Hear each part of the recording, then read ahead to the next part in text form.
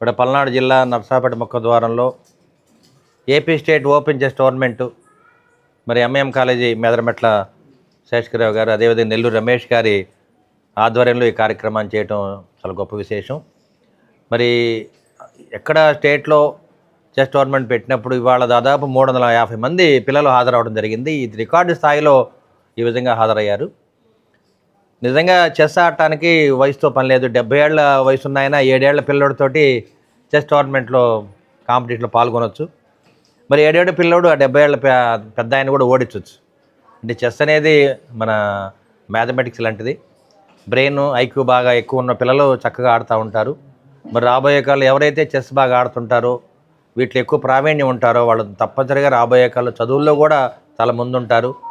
సివిల్స్కి ఎవరైతే సెలెక్ట్ అవుతారో వాళ్ళందరూ కూడా చెస్లో విపరీతమైన ప్రావీణ్యం ఉన్నవాళ్ళు ఎక్కువ. మేము చాలామందిని ఫాలో అవుతుంటాం.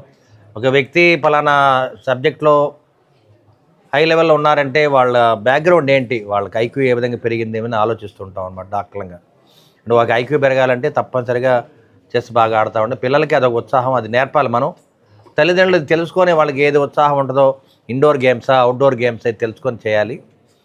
అదేవిధంగా మరి వాళ్ళు ఇక్కడ చూస్తే మరి ఎంఎం కాలేజీలో ఈ కార్యక్రమాన్ని ఎంతో ఘనంగా నిర్వహించారు. మరి దీనికి ఏపీ స్టేట్ వాళ్ళ ప్రెసిడెంట్ కానీ సెక్రటరీ అందరూ కూడా హాజరయ్యారు. ఒక చక్కటి వాతావరణంలో ఈ కార్యక్రమాన్ని ఏర్పాటు చేసిన మరి మేదరమెట్ల శేషగిరిరావు గారికి, నెల్లూరు రమేష్ గారికి, మరి ఈ కార్యక్రమానికి హాజరైన మన AP billion merchants president Kapila Vijay Kumar గారికి, మరి కాలేజీ యాజమాన్యం అందరికి కూడా మరొకసారి ధన్యవాదాలు తెలియజేస్తూ ఇటువంటి చెస్ టోర్నమెంట్లు ప్రతి ఇయర్ కండక్ట్ చేస్తామని చెప్తున్నారు కాలేజీ యాజమాన్యం.